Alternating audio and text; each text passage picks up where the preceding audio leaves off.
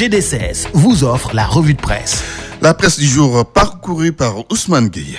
Macky Sall sollicitait moins de 3 000 milliards de francs CFA. Il a eu le double et même plus. Oui, 7 000 milliards de promesses de financement obtenues au groupe consultatif.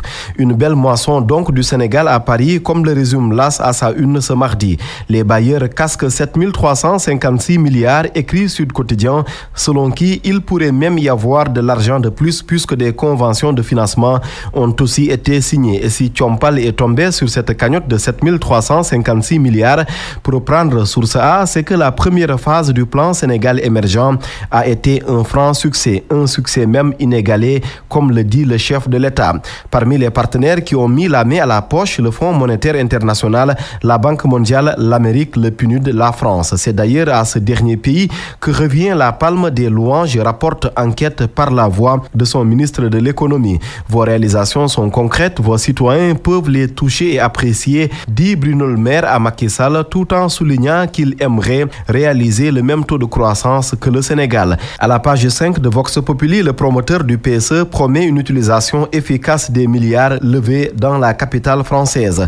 Ils seront mis à contribution dans le cadre de l'accélération de notre émergence, non sans préciser que le Sénégal s'est encore une fois montré digne de la confiance des partenaires. Mais tout s'est-il vraiment bien passé? Pas vraiment à lire les Échos. Le journal révèle que le Fonds monétaire international a jeté du sable dans le couscous présidentiel. En clair, explique les confrères, le chef de mission pour le Sénégal a pointé le déficit du compte courant de la balance des paiements, l'insuffisance des recettes fiscales a augmenté par d'autres moyens, ainsi que la gestion de la dette publique. La lettre ouverte de Karim Meïssa Wade a-t-elle eu l'effet escompté? Difficile à dire à la lecture de la presse du jour. Pendant que le gouvernement faisait son grand oral financier à Paris, le candidat déclaré du PDS pour février 2019 était au Conseil constitutionnel pour déposer son dossier.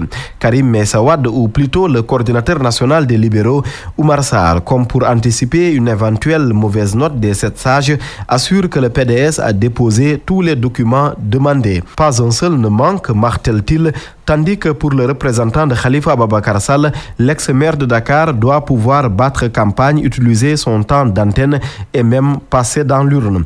Et si on se dirigeait vers une alliance des deux cas pour prendre la une de la tribune, au regard de la situation actuelle, tous deux embarqués dans la même galère, pour ne pas dire promis vraisemblablement au même sort, ferait mieux de s'unir. C'est l'idée que défend Ndiogou Cissé dans la tribune. Si la Cour suprême n'accède pas à la demande de Khalifa Ababacar Sall, dont le niveau de risque d'invalidation de la candidature est élevé, il aura le même sort que Karim Meïssa Wade, avec qui il pourrait alors faire jonction pour engager le combat politique en vue de leur participation à la présidentielle, argumente le confrère. Rapport apaisé ou pas entre les deux, entre les différents protagonistes de l'élection présidentielle plus généralement, il faudra de toute façon entretenir le dialogue, y compris même avec ceux qui sont en prison ou exilés. C'est le plaidoyer du directeur Afrique de l'Ouest et du Centre de Amnesty International. Dans l'AS, Alioune Tine estime que seules des discussions franches permettraient au Sénégal d'avoir des élections plus sereines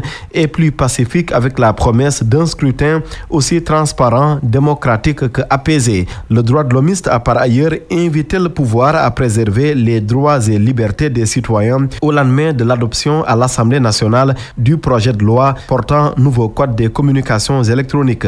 Un autre acteur de la société civile à la page 4 de Sud Quotidien, il s'agit de Maître Assane Dioma Ndiaye. Sur le bras de fer ministère de la Justice syndicaliste, les deux partis devant se retrouver ce mardi d'ailleurs, le président de la Ligue sénégalaise des droits humains joue les bons offices, comme le révèle Sud Quotidien. Dans Vox Populi, le parcours d'un autre Assane, lui aussi s'appelle Assane Ndiaye, sans le Dioma, même s'il ne manque pas de Diom.